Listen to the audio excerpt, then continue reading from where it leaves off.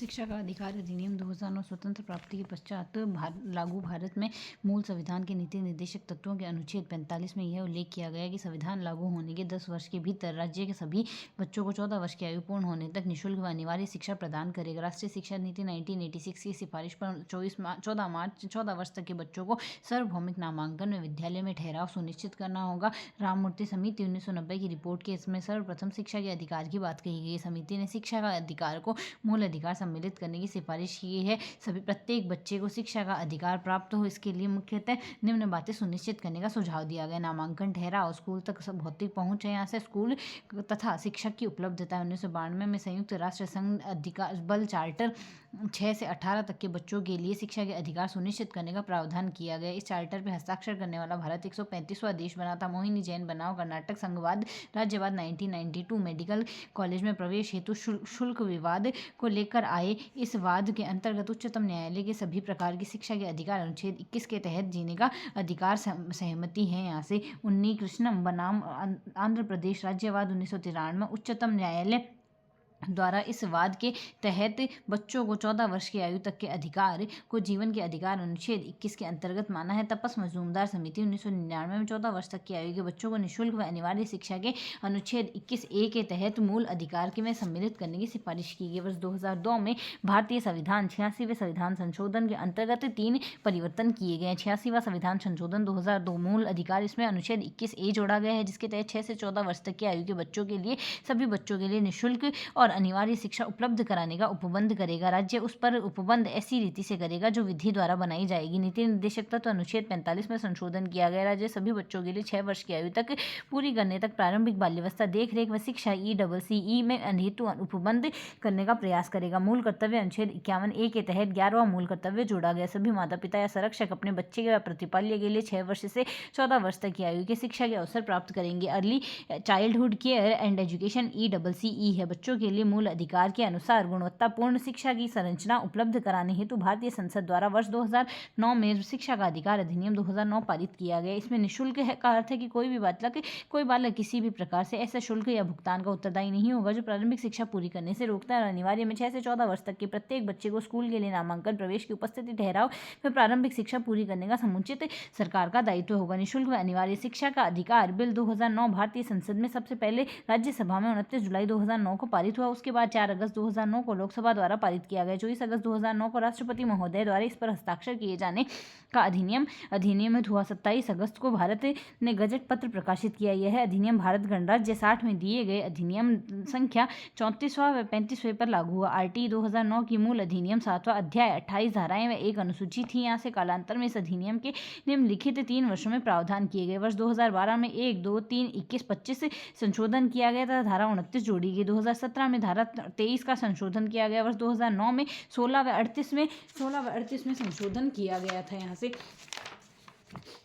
प्रारंभिक में धारा 1 व 2 है। निःशुल्क व अनिवार्य शिक्षा के अधिकार में 3 से 5 तक है। यहाँ से समुचित सरकार, स्थानीय प्राधिकारी, माता पिता के कर्तव्य 6 से 11 तक है। यहाँ से विद्यालय व शिक्षकों के दायित्व 12 से 28 तक है। प्रारंभिक शिक्षा का पाठ्यक्रम में उन्हें पूरा किया जाना 29 से 30 में है।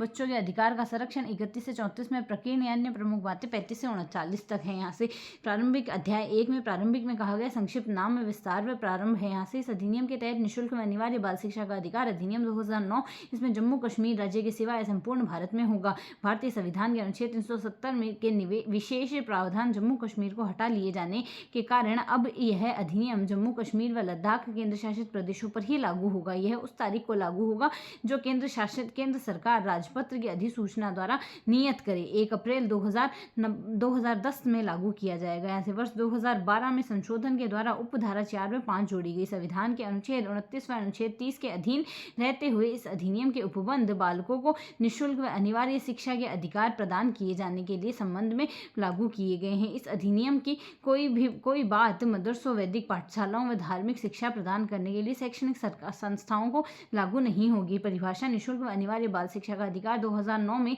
प्रयोग की गई प्रमुख शब्दावली का अर्थ इस प्रकार है कि समुचित सरकार ऐसा विद्यालय जो केंद्र सरकार या संघ राज्य क्षेत्र में प्रशासक द्वारा स्थापित, नियंत्रित या संचालित होता है के लिए समुचित सरकार केंद्र सरकार की होगी। उपखंड के अतिरिक्त अन्य कोई विद्यालय यदि राज्य सरकार के क्षेत्राधिकार में है तो समुचित सरकार राज्य सरकार होगी यहाँ से। यदि विधानसभा संयुक्त संघ राज्य क्षेत्र में क्षेत्राधिकार में है तो समुचित सरकार संघ राज्य क्षेत्र में सरकार में होगी। यहाँ से प्रति व्यक्ति फीस, कैपिटेशन फीस, विद्यालय द्वारा विद्यार्थी शुल्क के अतिरिक्त किसी भी प्रकार का भुगतान, डोनेशन सहायता। बालक 6 से 14 वर्ष आयु का कोई भी बालक या बालिका, अलाभित असुविधाग्रस्त समूह का बालक जिसमें SC, ST अन्य पिछड़े वर्ग के बालक एक समुचित सरकार द्वारा सामाजिक, सांस्कृतिक, आर्थिक, भौगोलिक, भाषाई, लिंग के आधार पर अधिसूचना द्वारा घोषित समूह का बालक। वर्ष 2012 में अधिनियम द्वारा असुविधाग्रस्त या निःशक्त बालक को शामिल किया गया है। राजस्थान के नोटिफिकेशन, राज्य सरकार के नोटिफिकेशन के सत्र 2022-23 के अनुसार असुविधाग्रस्त समूह में बालकों को रखा गया। अनुसूचित वर्ग के बालक, जनजाति के जाति SC, ST, अनाथ, युवा विधवा का बालक, निःशक्त बालक हैं। ऐसे BPL अभिभावक के बच्चे हैं। OBC पिछड़ा वर्ग SBC के बालक अभिभावक की आय अधिकतम 2.5 लाख रुपए। HIV व कैंसर से पीड़ित बालक या HIV व कैंसर से प्रभावित माता पिता या संरक्षक के बालक हैं। यहाँ से दुर्बल वर्ग का बालक समुचित सरकार द्वारा घोषित आय की न्यूनतम सीमा के आय के अभिभावकों या संरक्षकों के बालक होंगे। राज्य सरकार द्वारा यह सीमा 2.5 लाख रुपए तक की घोषित की गई। प्रारंभिक शिक्षा पहली कक्षा से 8वीं कक्षा तक की शिक्षा RT 2009 की कहीं भी प्राथमिक या उच्च प्राथमिक शिक्षा शब्दों का उल्लेख नहीं किया गया। संरक्षक ऐसी व्यक्ति जिसकी देख रेख और सुरक्षा में बालक, इसमें प्राकृतिक संरक्षक या किसी न्यायालय या किसी कानून के तहत नियुक्ति या घोषित व्यक्ति के संरक्षक कहा गया जिसकी देख रेख और सुरक्षा में वह बालक रहता है। स्थानीय प्राधिकारी, नगर निगम या नगर परिषद या जिला परिषद या नगर पंचायत या बालक गांव या शहर नगर का कोई अधिकारी या संस्था जिसे विद्यालय में नियंत्रण के लिए कानून के अंतर्गत प्राधिकृत किया गया है। राष्ट्रीय बाल अधिकार संरक्षण आयोग, बाल अधिकार संरक्षण आयोग अधिनियम 2005 की धारा 3 के अधीन गठित किया गया। माता पिता किसी बालक में प्राथमिक व सौतेल्य, प्राकृतिक व सौतेल्य माता पिता या माता पिता जिन्हें बच्चे बालक गोद लिया गया हो। विद्यालय का अर्थ है प्रारंभिक शिक्षा कक्षा 1 से 8 तक देने वाले सरकार के द्वारा मान्यता प्राप्त कोई स्कूल। निम्नांकित में से विद्यालय इसमें शामिल है। यहाँ से समुचित सरकार, स्थानीय प्राधिकारी या नियंत्रित, संचालित या स्थापित कोई भी बालक सरकारी विद्यालय में समुचित सरकार या स्थानीय प्राधिकारी द्वारा आवर्ती खर्चों की पूर्ति हेतु पूर्णतः या अंशतः वित्तीय सहायता या अनुदान प्राप्त स्कूल होगा। विशेष श्रेणी विशिष्ट वर्ग के स्कूल आएंगे। किसी भी बालक की सहायता प्राप्त नहीं करने पर स्कूल है। यहाँ से अनुवीक्षक प्रक्रिया, यादृच्छिक प्रक्रिया के अतिरिक्त किसी अन्य बालक पर वरीयता देने के लिए प्रवेश के लिए अपनाई गई प्रक्रिया है। प्रवेश परीक्षा या अभिभावक का साक्षात्कार। विशेष श्रेणी विशिष्ट प्रवर्ग में आएंगे केंद्रीय विद्यालय, नवोदय विद्यालय, सैनिक स्कूल के रूप में विद्यालय या किसी विशेष लक्षण वाला ऐसा विद्यालय जिसे समुचित सरकार द्वारा अधिसूचना द्वारा चिन्हित किया जा सके। राज्य बाल अधिकार संरक्षण आयोग, बाल अधिकार संरक्षण आयोग अधिनियम 2005 की धारा 3 के अधीन गठित राज्य सरकार बालक अधिकार संरक्षण आयोग में आएगा। निःशुल्क व अनिवार्य शिक्षा का अधिकार धारा 3 के तहत है। यहाँ से प्रवेश धारा 4 के तहत, स्थानांतरण धारा 5 के तहत है। इसमें धारा 3 कहती है निःशुल्क व अनिवार्य बाल शिक्षा का अधिकार 6 से 14 वर्ष के प्रत्येक बच्चे को अपने नजदीकी स्कूल में प्रारंभिक शिक्षा पूरी होने तक निःशुल्क व अनिवार्य शिक्षा का अधिकार है। नेबरहुड स्कूल का विचार कोठारी आयोग की सिफारिशों से लिया गया है। कोई भी बालक ऐसे स्कूल या भुगतान के लिए उत्तरदायी नहीं होगा जिसे प्रारंभिक शिक्षा पूरी करने से रोकता है। बहु निःशक्तता, गंभीर निःशक्तता वाले बालक को घर आधारित शिक्षा चुनने का अधिकार 2012 में संशोधन से जोड़ा गया है। प्रवेश नहीं लेने पर, धारा 4 में प्रवेश नहीं लेने पर प्रारंभिक शिक्षा पूरी नहीं कराने वाले बालकों के लिए विशेष प्रावधान है। कोई बालक 6 वर्ष से ऊपर का है और अभी तक स्कूल में प्रवेश नहीं लिया है अथवा प्रारंभिक शिक्षा पूरी करने से पहले ही स्कूल छोड़ चुका है तो उसकी आयु के अनुसार उसे प्रवेश दिया जाएगा। अर्थात 8 वर्ष का बालक है तो कक्षा 3 में और 9 वर्ष का बालक है तो कक्षा 4 में, 10 वर्ष का बालक कक्षा 5 में प्रवेश दिया जाएगा। यदि कोई बालक उसकी आयु के अनुसार कक्षा सीधा प्रवेश दिया जाता है तो उसका अधिकार होगा कि विशेष प्रशिक्षण प्राप्त करने पर उसे जो अन्य बालकों के समान स्तर पर ले जाए। यदि कोई बालक प्रारंभिक शिक्षा प्रवेश किया जाता है तो उसे 14 वर्ष तक भी के बाद भी प्रारंभिक शिक्षा पूरी करने का अधिकार होगा। केंद्र सरकार ने स्पष्टीकरण के अनुसार धारा 4 के प्रावधान निजी स्कूल के लिए बाध्यकारी नहीं है। धारा 5 कहती है अन्य विद्यालय में स्थानांतरण का प्राधिकार है।